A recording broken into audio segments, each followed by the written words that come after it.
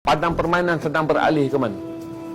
Padang permainan telah beralih kepada keadaan kelihatannya jelas. Yahudi mahu menghapuskan orang Palestin dalam perang ni. Tak timbul soal Hamas, tak timbul soal apa.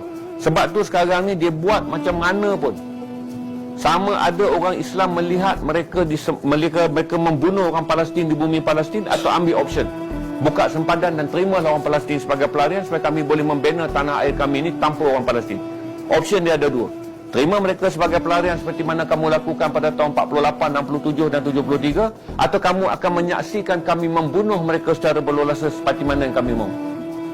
Itu kita cerita sekarang. APEC tak boleh bawa isu ni.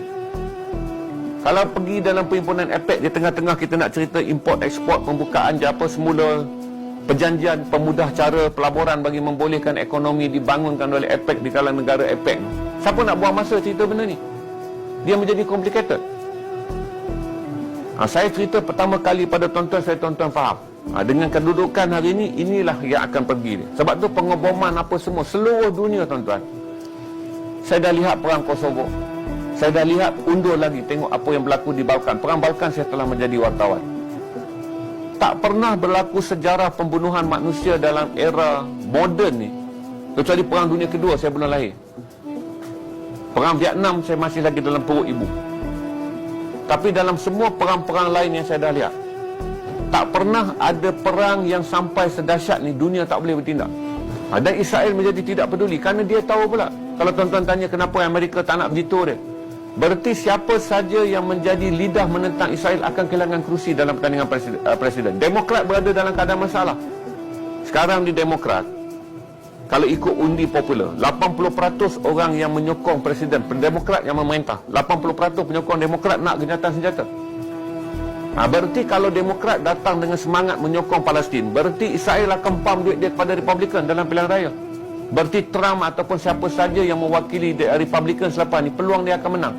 Kerana mereka akan mendapat sokongan media Yahudi, mereka akan mendapat sokongan kewangan Yahudi, mereka akan dapat semua sokongan jentera Yahudi untuk membolehkan Amerika beralih kepada presiden yang akan dilihat tidak akan menentang Israel. Sebab tu Israel yang kecil ni, tapi sebenarnya dalam politik Amerika, mereka adalah penyambung nyawa Yahudi. Politik Amerika ni, penyambung nyawa Yahudi dia dimainkan oleh orang-orang Yahudi. Walaupun dia sebuah milik negara Amerika yang orang Yahudi hanya ada 6 ke 7 juta orang. Tapi tidak ada calon yang boleh menang pilihan raya kalau dia memerangi Yahudi sekarang. Berarti itu yang menjadikan semua orang cakap berlapik. Saudara tengok wajah Anthony Blinken, Google daripada dulu sampai sekarang. Apakah sidang media yang menjadikan dia kelihatannya sangat-sangat berada dalam keadaan tertekan? Adalah sidang media kerana perang ni. Tengok ucapan dia di Jepun. Bacalah riak wajah dia. Kerana dia tahu dia sedang bercakap sesuatu yang berbohong, dia bercakap sesuatu yang bukan kemahuan dia, dan dia bercakap sesuatu yang sebenarnya tidak realistik. Dia tahu dunia tak percaya dan dunia akan mencela dia. We must also work on the affirmative elements to get to a sustained peace. These must include the Palestinian people's voices and aspirations at the center of post-crisis governance in Gaza. It must include Palestinian-led governance and Gaza unified with the West Bank under the Palestinian Authority. And it must include a sustained mechanism for reconstruction in Gaza and a pathway to Israelis and Palestinians living side by side in states of their own with equal measures of security, freedom, opportunity. Kerana nak bercakap benda yang doesn't make sense. Perang ini sedang beralih kepada arah yang lain, di mana pembunuhan, pengeboman, penyembelihan, apa saja Israel akan buat, dia kata it's the right time. Kita dah kuasai semua dah. Dan kita akan dapat peluang ni sekali saja. Kerana satu adalah presiden yang ada sekarang rapuh. Presiden Amerika sekarang ada rapuh. Faktor umur akan menjadi masalah dia untuk kembali popular, dan dia ditentang oleh seorang wanita yang sangat mempunyai ideologi yang sangat menarik, Nikki Haley. Berarti apa yang boleh dibuat oleh Joe Biden? Di peringkat parti pun dia boleh kalah. Kalau Nikki Haley boleh menunjukkan swing, dia akan pergi kepada pro-Israel. Maka dia kena remain, nak mengekalkan bahawa dia tidak mempunyai banyak masalah kecuali melihat siapa yang akan menjadi lawan dia daripada Republikan. Kalau ikut undi sekarang, Republikan tak ada calon lain. Walaupun Trump ada kes mahkamah, undi yang dia panggil undi popular vote lah.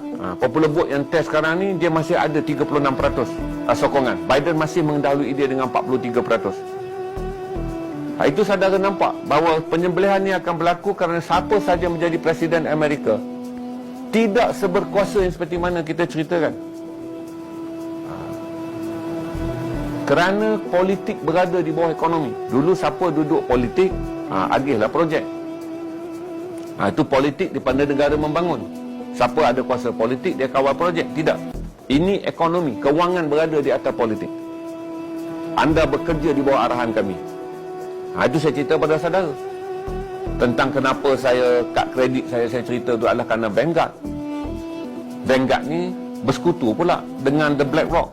The BlackRock pula bersekutu dengan State Street. Tiga-tiga gabungan ni adalah gabungan yang terbesar daripada Yahudi.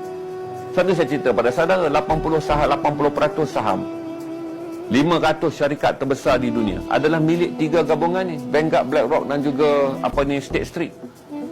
Apa yang boleh Presiden Amerika buat? Seluruh rangkaian di bawah dia. Perubahan telah pun berlaku. Bukan soal sama ada kita kuat ataupun tidak.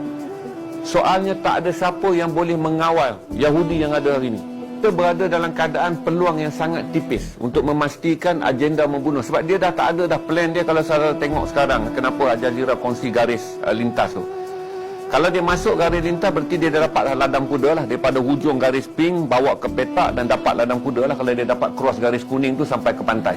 Maka kalau malam ni armada laut dia masuk, kita akan tembak daripada malam, kita akan nampak. Kalau tembakan daripada meriam daripada laut masuk, berarti mereka mula mengepung Gaza dan menembaknya. Begini bom letup satu dan tembakan selaras. Selaras ni peluru pergi dalam bentuk laras. Akan ada dua serangan.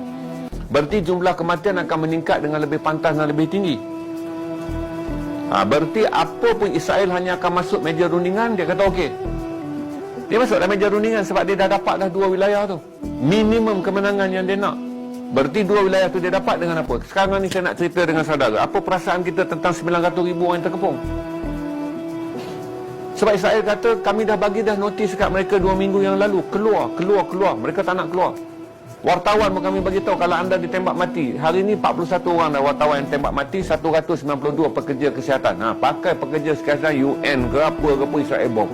Wartawan Reuters di Beirut pun dia bom. Wartawan Arab berdarah Palestin yang bekerja dengan media antarabangsa dibunuh. Dia consider sebagai rakyat Palestin. They don't bother you pakai baju press APTV ke, APTN ke, Reuters yang international registered. Hari ini kesihatan wartawan 600,000 ahli di seluruh dunia membuat bantahan. Ini saya nak dengar. Ini saya tak akan dengar. Pertama kali kita bercerita tentang perang telah beralih arah. Daripada dulu yang kita nak lihat kena menjerit, kena apa, kena banyak melaung, kena boykot, kena protes.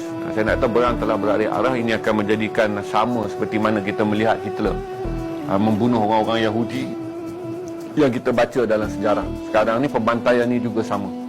Berarti Yahudi telah berada dalam keadaan cukup sektor kewangan, cukup sektor finance. Mereka menguasai politik Amerika, walaupun Presiden Amerika kononnya datang daripada sebuah negara yang terkuat. Tapi setiap Presiden Amerika berada dalam keadaan rapuh tanpa sokongan, apa yang dipanggil sebagai konvoi ekonomi Israel, yang berada dalam paksi ekonomi dunia dan memegang, mencerut ekonomi Amerika. Israel juga menambah hari ini. Kalau tengok gambar hari ini, Angkatan Perang Israel telah bergerak ke selatan Lebanon sebagai persediaan. Dia dah menghantar 1/3 daripada kekuatan dia sekarang tertumpu di bahagian selatan Lebanon bagi menghadapi sama ada perang ini akan escalate, merebak, di mana Hezbollah akan masuk campur dengan melancarkan roket, sama ada tentera Palestin akan melanggar tentera askar-askar Hamas yang ada di selatan Lebanon ni. Hamas ada selatan Lebanon, mereka baru lancarkan roketnya.